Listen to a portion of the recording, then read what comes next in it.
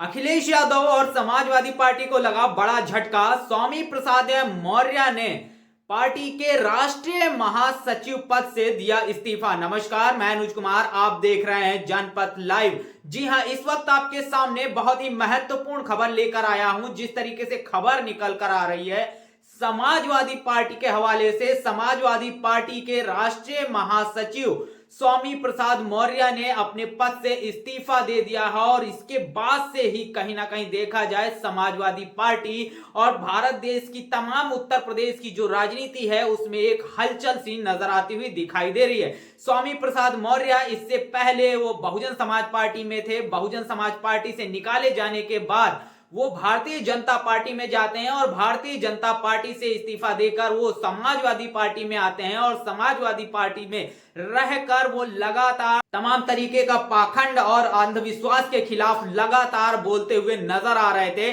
और इसके बाद ही उनके तमाम जो बयानात थे, उन बयानात पे पार्टी के ही तमाम जो कार्यकर्ता थे, वो समाजवादी पार्टी के जो कार्यकर्ता थे, वो स्वामी प्रसाद मौर्य पर ही जो है सवाल खड़े कर रहे थे। सवाल खड़े करने के साथ ही साथ वो उनकी कार्यशैली और उनका निजी बयान बताकर उस पूरे मामले से दरकिनार होते हुए नजर आ रहे थे। और इसी को लेकर स्वामी प्रसाद मौर्य ने समाजवादी पार्टी के शीर्ष नेतृत्व पर कहीं ना कहीं उनके साथ भेदभाव का एक बड़ा आरोप भी लगाया है। क्या कुछ उन्होंने एक बड़ा सा पत्र लिखा है और उस पत्र में उन्होंने क्या कुछ लिखकर समाजवादी पार्टी से जो इस्तीफा दिया है उसके तमाम जो मायने निकलकर सामने आ रहे हैं। और सीधे से सीधे तौर पर मैं आपको वो पत्र पढ़कर बताऊंगा उस पत्र में स्वामी प्रसाद मौर्य ने क्या कुछ लिखा है। आइए सबसे पहले वो जानते हैं। तो स्वामी प्रसाद मौर्य पूरा एक पत्र लिख रहे हैं। उस पत्र में वो लिखते हैं, जब से मैं समाजवादी पार्टी में सम्मिलित हुआ, लगातार जनाधार बढ़ाने की कोशिश की। सपा में शामिल होने के दिन मैंने नारा दिया, 85 तो हमारा है और 15 में भी बंटवारा है। हमारे महापुरुषों ने भी इसी तरह की लाइन खींची। भारतीय संविधान निर्माता बाबा साहब डॉक्टर भीमराव अंबेडकर ने बहुजन हिताय बहुजन सुखाय की बात की। डॉक्टर राम मनोहर लोहिया ने कहा कि सोशलिस्टों ने बांधी गांठ, पिछड़े पावे 100 में 60। शहीद जगदेव बाबू कुशवाहा व मान्य राम स्वरूप वर्मा जी ने कहा 100 में 90 शोषित हैं और 90 भाग हमारा है। इसी प्रकार सामाजिक परिवर्तन के महानायक कांसीराम साहब का भी वही नारा था, 85 बनाम 15 का। इस तरीके की बात उन्होंने लिखी। और लिखते हैं, किंतु पार्टी द्वारा लगातार इस नारे को निष्प्रभाव करने के लिए 2022 के विधानसभा चुनाव में सैकड़ों प्रत्याशियों का पर्चा व सिंबल दाखिल होने के बाद अचानक प्रत्याशियों के बदले जाने के बावजूद भी पार्टी का जनाधार बढ़ाने में सफल रहे। उसी का परिणाम था सपा के पास जहां 45 विधायक थे, वहीं विधानसभा 2022 के चुनाव में 110 विधायकों की संख्या हो गई। तदनुसार बिना किसी मांग के आपने मुझे विधान परिषद में भेजा और ठीक इसी के बाद राष्ट्रीय महासचिव बनाया। और इस सम्मान के लिए मैं आपका बहुत बहुत धन्यवाद करता हूं। पार्टी को ठोस जनाधार देने के लिए जनवरी फरवरी 2023 में मैं आपके पास एक सुझाव रखा कि जातिवार जनगणना कराने, अनुसूचित जाति, जनजाति और पिछड़ों के आरक्षण को बचाने, बेरोजगारी व बढ़ी हुई महंगाई, किसानों की समस्याएं व लाभकारी मूल्य दिलाने, लोकतंत्र व संविधान को बचाने, देश की राष्ट्रीय संपत्तियों को निजी हाथों में बेचे जाने के विरोध में प्रदेशव्यापी भ्रमण कार्यक्रम हेतु रथ यात्रा निकाले जाने का प्रस्ताव रखा था, जिस पर आपने सहमति देते हुए कहा था होली के बाद इस यात्रा को निकाला जाएगा। आश्वासन के बाद भी कोई सकारात्मक परिणाम नहीं आया। नेतृत्व की मंशा के अनुरूप मैंने पुनः कहना उचित नहीं समझा। पार्टी का जनाधार बढ़ाने का क्रम मैंने अपने तौर तरीके से जारी रखा। इसी क्रम में मैंने आदिवासियों, दलितों व पिछड़ों को जो जाने अनजाने भाजपा के मकर जाल में फंसकर भाजपा मय हो गए थे, उनके सम्मान व स्वाभिमान को जगाकर सावधान कर वापस लाने की कोशिश की। तो पार्टी के ही कुछ छुटभइये व कुछ बड़े नेता मौर्य जी का निजी बयान है कहकर इस धार से कुंठित करने की कोशिश की। मैंने अन्यथा नहीं लिया। मैंने ढोंग ढकोसला, पाखंड, आडंबर का प्रहार किया तो यही फिर से इसी बात को कहते नजर आए। हमें इसका भी मलाल नहीं, क्योंकि मैं तो भारतीय संविधान के निर्देश के क्रम में मैं लोगों को वैज्ञानिक सोच के साथ खड़ा कर लोगों को सपा से जोड़ने के अभियान में लगा रहा।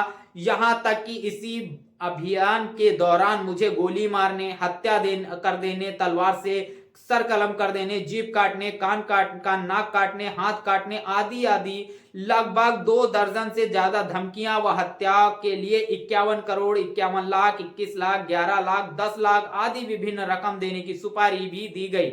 अनेकों बार जानलेवा हमले भी हुए। यह बात दिगर है कि प्रत्येक बार मैं बाल बाल बचता चला गया।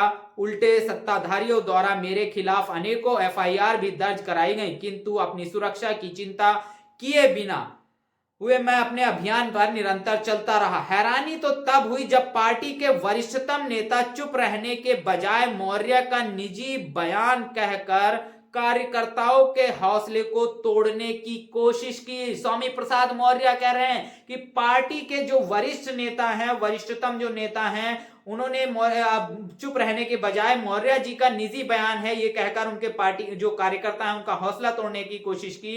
मैं नहीं समझ पाया कि एक राष्ट्रीय महासचिव मैं हूं जिसकी कोई भी बयान निजी बयान हो जाता है। पार्टी के कुछ राष्ट्रीय महासचिव व नेता ऐसे भी हैं जिनका हर बयान पार्टी का बयान हो जाता है। एक ही स्तर के पदाधिकारियों में कुछ का निजी और कुछ का राष्ट्रीय पार्टी का बयान कैसे हो जाता है, यह समझ के परे है। दूसरी हैरानी यह है कि मेरे प्रयास से आदिवासियों, दलितों, पिछड़ों का रुझान समाजवादी पार्टी की तरफ बढ़ा है। बढ़ा हुआ जनाधार पार्टी और जनाधार बढ़ाने का प्रयास व वक्तव्य पार्टी का ना होकर निजी कैसे? यदि राष्ट्रीय महासचिव के साथ में भी भेदभाव है तो मैं समझता हूं कि ऐसे भेदभाव पूर्ण महत्वहीन पद पर रहने का कोई औचित्य नहीं है। इसलिए समाजवादी पार्टी के राष्ट्रीय महासचिव पद से मैं त्याग पत्र दे रहा हूं, कृपया इसे स्वीकार करें। और इसके लास्ट में उन्होंने जो लाइन लिखी वो भी आप देख लीजिए, पद के बिना भी पार्टी को सशक्त बनाने के लिए मैं तत्पर रहूंगा। आप